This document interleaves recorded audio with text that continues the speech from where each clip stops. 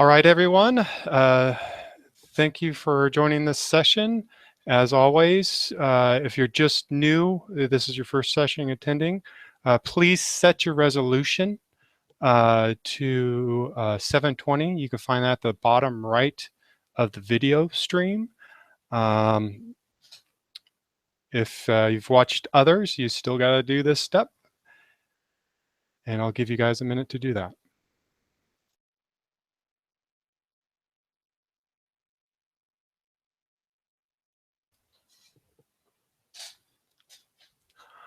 All right. Hello, everyone. I am your host, James Drummond with Code Envy. Thank you for attending CheConf 2016. In this session, our presenters are Dan Gross with Samsung and our very own Brad Michele. Will share their presentation on building Internet of Things IDE with Che. We have Che committers in the conference chat who will be doing their best to answer all your questions. If your question doesn't get answered, please feel free to contact us on our GitHub repo. Dan, you can go ahead and start your presentation. Okay. Thanks, James. Appreciate that. So as James mentioned, I'm Dan Gross. I'm from Samsung Strategy and Innovation Center. And I'll be talking along with Brad on building an IoT IDE. So let's get started.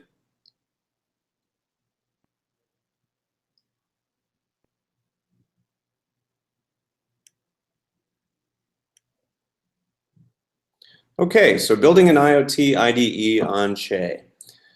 Well, first I'd like to actually make an announcement that's pretty exciting for us. So recently Samsung has joined the Eclipse Foundation. So this is very new. I think it actually happened at the end of last week. So we're really proud to be solution members now of the Eclipse Foundation. And this is not only for Che, which is an exciting IDE platform, but also for the Eclipse Foundation's IoT working group. There are a number of projects there around IoT that we leverage today, actually, on our IoT platform called Arctic. And you know, we look forward to you know, collaborating and participating in the you know, the Eclipse Foundation projects for IoT going forward. So really, why are we doing it? Well, we're committed, as Eclipse Foundation is committed to really offering great tools for developers. And so that's the main reason we've joined, and we're really looking forward to it. So with that, I'd like to talk a little bit about Arctic. What is Arctic? And about IoT. Basically, what is this world of IoT? So next slide. This is a site called Thingful. It's a site that tracks Internet of Things devices all over the world. And so what I've done here is removed the land overlay. And so all we see are the little dots which represent all of the things around the world. And the different colors represent different types of devices. So from environment to transportation to home, even flora and fauna. And the interesting thing to notice here is how many dots are in the oceans.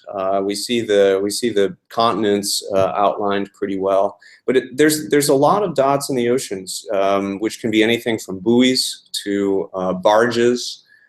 Some of the green ones are actually even sea turtles or hammerhead sharks. So really, IoT is everywhere, and even, you know, in the world of IoT, animals can be things. So this is the context that you know, we're in, and basically why we're interested in IoT. So what are some challenges? So as a developer in IoT, there are a whole number of considerations, and I'm not going to go through all these out at the moment, but you can see there are really quite a vast number of different considerations when you're building an IoT project. Everything from choosing your silicon vendor that you're going to be using the chips, to voice recognition, to industrial design. What are your cases and other things going to look like? Security, of course, is a huge concern with IoT products these days, and also, you know, even interoperability. Does your IoT solution work with other devices and other clouds? So this is, you know, this is the problem space for us, and building solutions for IoT aren't that easy.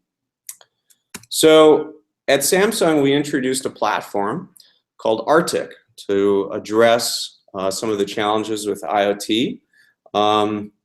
Really, there's really a whole new set of skills that are needed to build IoT solutions, and so you know, we hope to make that a lot easier going forward.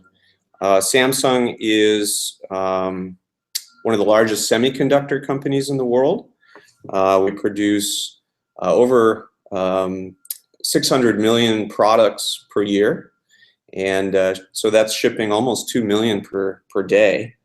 And we're a global leader in memory and other you know, other products. So we think we have what it takes to build an IoT platform. And so, so let's look at what Arctic is. So Arctic is an end-to-end platform. It first of all consists of hardware modules. So these are you know, actual silicon and radios and memory, application processor, and storage, all built right onto the module. So right now we have a family of various modules. We have the Arctic 0, the Arctic 5, Arctic 7, and Arctic 10. And so they range from smaller to larger in terms of their capabilities. For example, the Arctic 0 is a Cortex M4 microcontroller, so that's really an MCU. It's only got 256K of flash memory and 32K of RAM. So that's a very small device, really intended for edge nodes. We go on up to the Arctic 10, which is really our full-featured module. It's extremely powerful. It's an octa-core processor. It has 2 gig of RAM and 16 gig of flash, which is eMMC flash right on board the module. So that's almost as powerful as, you know, some of the latest cell phones, for example. So that's enough about modules. What else does Arctic have as part of the offering? Well, Arctic Cloud is another component, and what we've done is introduced a service for doing data exchange among devices, and with that a rules engine that comes as part of the service that allows you to define what the rules are for all of the different devices, and as they you know, exchange data machine to machine. So thirdly, we have a software stack, and for that Samsung is embracing open source and really looking toward to the open source community for things like the operating system, various protocols, development tools. So the Arctic 5, 7, and 10, for example, run Linux, and we're committed to that. As far as protocols, we support MQTT, HTTP, REST, you know, all of the sort of standard protocols for communication. And then as far as tools, you know, we support GCC and all of the open source types of tools, and even development tools such as Eclipse. So moving on to security, this is a very important aspect of our end-to-end platform. We have security at the device level. So on the modules themselves, we have a secure element chip for doing crypto functions as well as keys. We also support trust zone, ARM's trust zone that comes on the 5, 7, and 10, and support there the trusted execution environment, or TEE, as a way to write secure applications. And then, of course, exchanging data securely over HTTPS, TLS. It's very important. And then even on the data storage side in the cloud, we have very stringent data privacy policies. And so data is has ownership of the person producing it. So it's very important that we keep our data private. Finally, the last aspect of the Samsung Arctic platform is our ecosystem. So Samsung is a big company, but in realizing that IoT is such a vast space, we can't do it alone. And so we really look to partners for technology, for doing system integration, for doing training and other types of services in order to participate in the Arctic ecosystem. And so I think in that regard, we're building a much larger system than we could without an ecosystem. We just can't do it alone. Okay, so that's basically the platform. So some of the goals that we have for Arctic, our main goal really is to reduce customer time to market. So there are a lot of IoT products being built and solutions being built, from industrial to commercial to smart homes, smart buildings, smart factories. And we think that we can bring some strengths in our manufacturing and design to that, to build a platform that scales. One of the challenges is that a lot of projects through our research we've discovered take 2 years or more, and teams of 100 people or so. So the question is, can we reduce those projects down to something like 9 months and maybe only teams of 30 people? That's part of our goal, and I think by building some of the platform building blocks, we can get there. And so really we're building an exceptional platform with Samsung Arctic, and we are aiming to address all of the challenges that we saw earlier.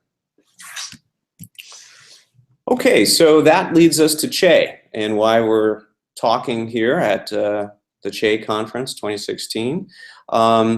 Che is a component of our offering that allows us to provide great development tools.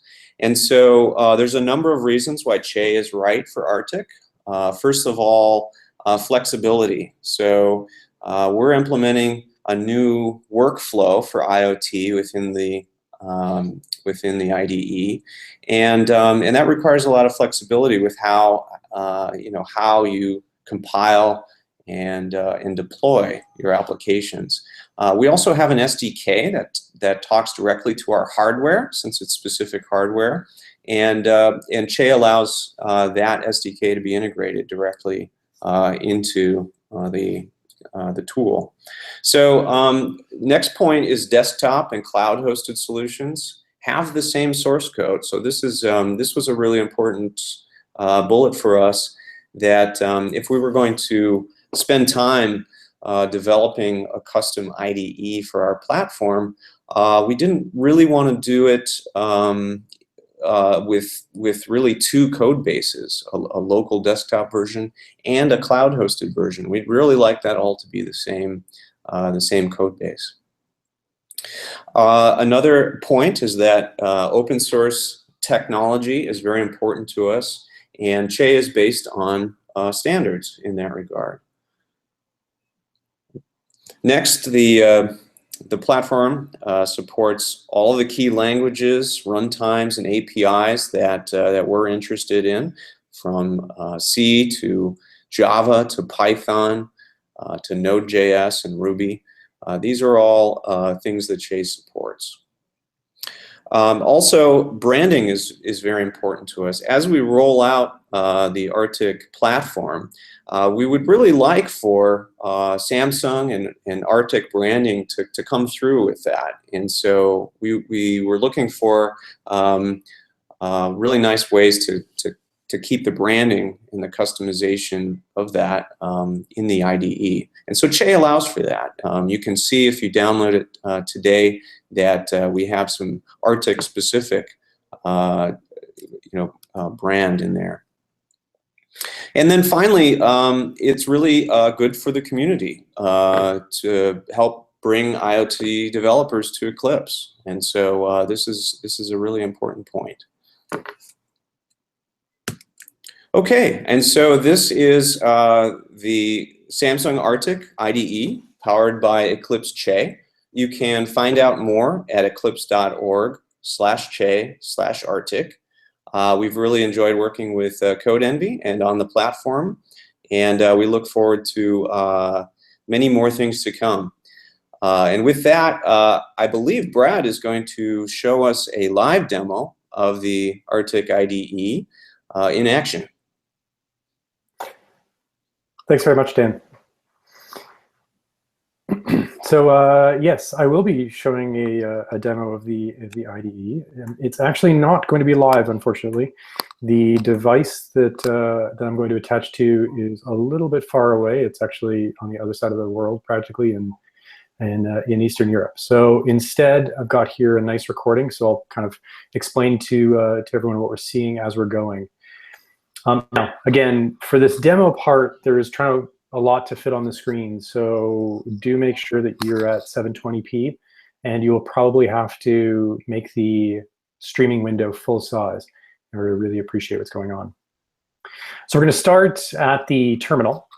We've downloaded the Arctic IDE, which is Dockerized, and now we're going to start that.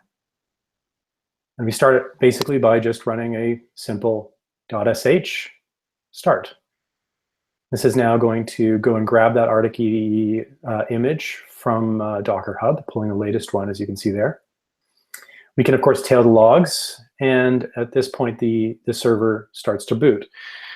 Now, I'll talk about it in a second when we finish the demo, but we, with the Arctic IDE, wanted to do a separate assembly. And those of you who are familiar with the classic Eclipse desktop IDE will recognize that an assembly really means like a repackaging of the IDE with a number of plugins kind of already built in. And so here you can see, as an example, whoops, and let me just pause and go back. I went by a little fast. So we started the dashboard, and you can... Hold on, Brad. Sorry, it's showing Dan's screen. Hold on one sec. My fault, guys. I need to switch over to you.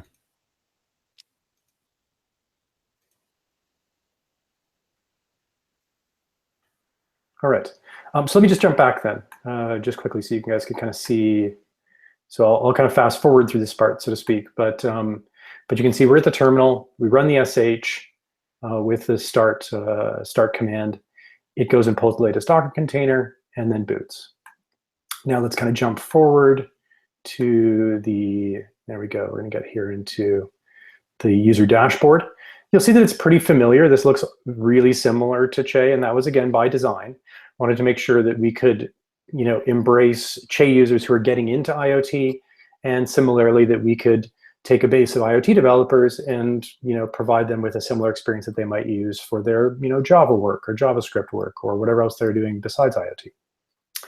Now you'll see some of the things we've done here. We've customized the dashboard so that it shows the kind of IoT appropriate stacks of Android and Arctic.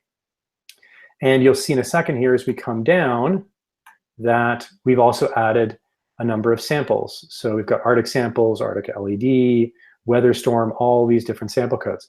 And these were code, of course, that Samsung had in their repositories that we wanted to make available through the IDE.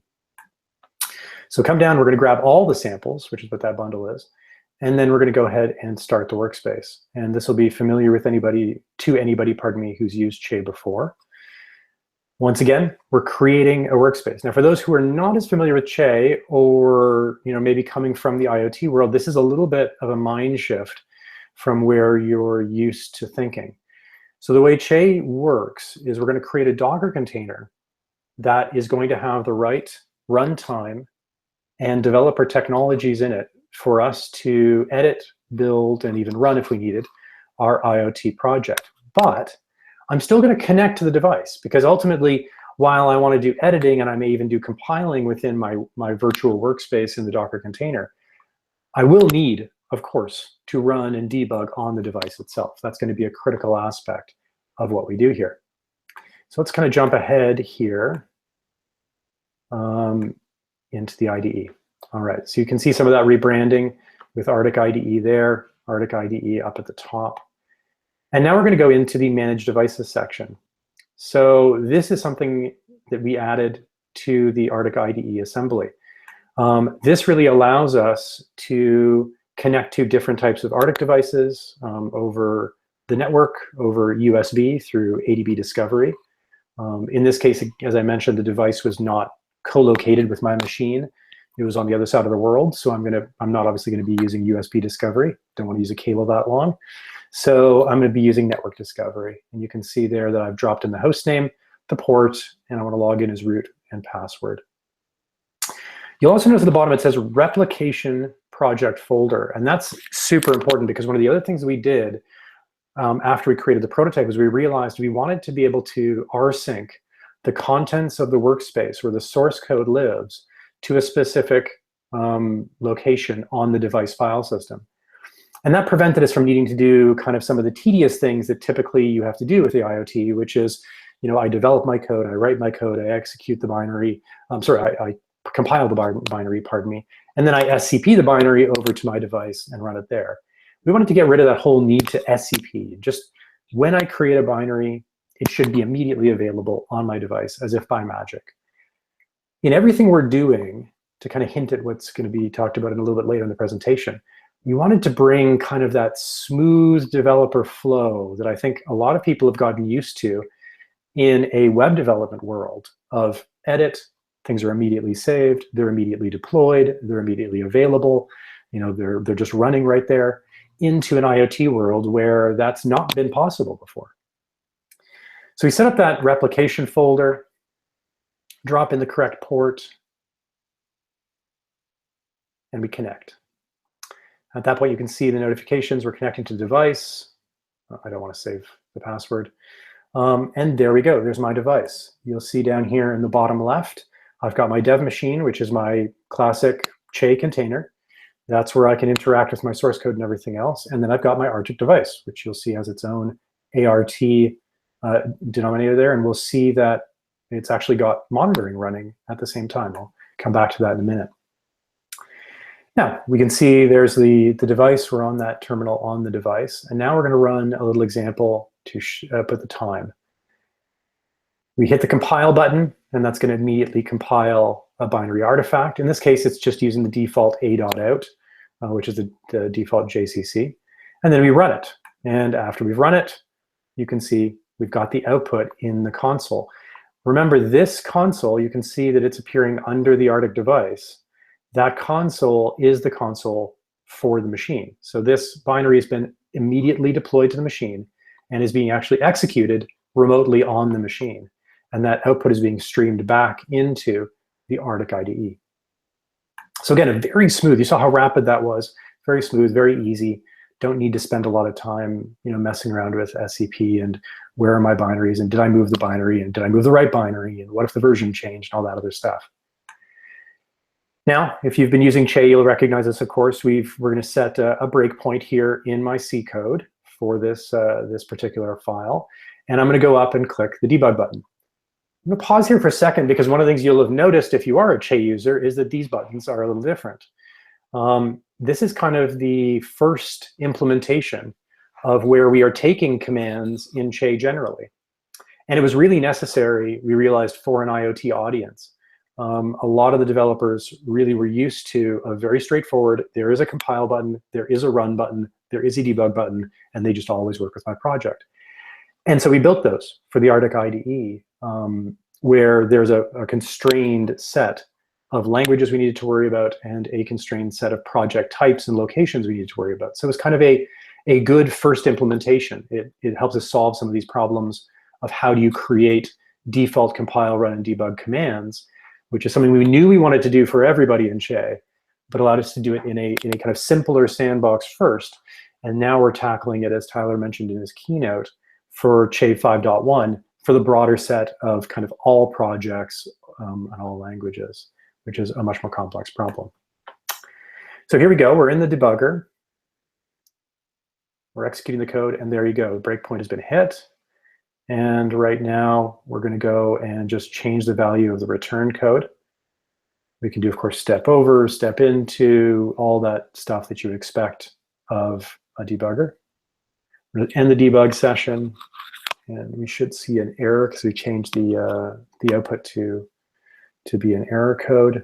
And there you go. All right, so that's the debug. Now, there's some other kind of nice little things we realized we needed. With IoT devices, when it comes to managing the SDKs and the APIs that you're using, it's really important to understand whether you're using the same SDK and API on the device and in your workspace. It's surprisingly easy for those two to get out of sync, and it can be a really frustrating problem to try and figure out what's going on if they do. So we did two things. One, we made this little managing SDK panel, which allows you to quickly see what is the installed version, how's it going? And then we went and allowed you to also download any new and available versions. And the last part, we've got documentation that you can jump to. Let's kind of skip past that. What I did want to show is, see if I can find it. We have production, yes, there we go. Production development profiles. And this is something that Dan had talked about earlier, the need to speed this up.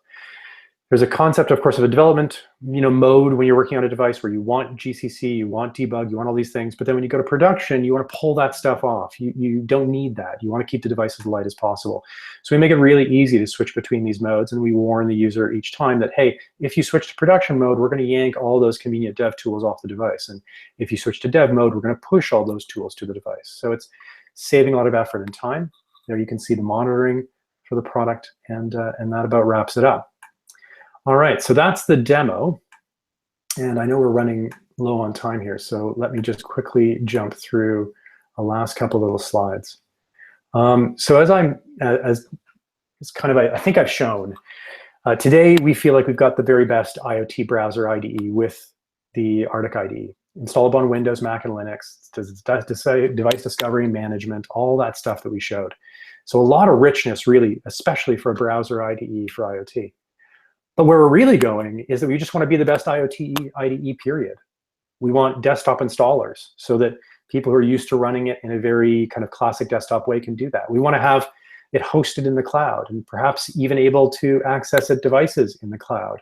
So you kind of have a much more unusually cloud-based workflow for IoT. We're definitely going to be integrating more deeply with the Arctic Cloud and expanding the compatibility with other IoT technologies. Plus, we've got some really cool surprises up our sleeves. So keep an eye on things. This is really, we've just gone through GA 1.0 with the Arctic IDE. So there's a lot of great stuff that is still coming. All right. So. All right. Well, thank you very much, Brad. We're very excited to be working with Samsung and Arctic and developing for them. And we're going to be shifting over to the next presentation. Brad will be presenting there too. So we're probably going to be taking maybe 3-4 minutes to start up the next presentation so that Brad doesn't have to run very fast, because if he runs fast, he'll be out of breath and he won't be able to talk. So, so give us about 3-4 minutes and we'll slide over the session. So this concludes our presentation, and Josh will begin the next session. Thank you for being part of the Che Conference 2016. Bye-bye.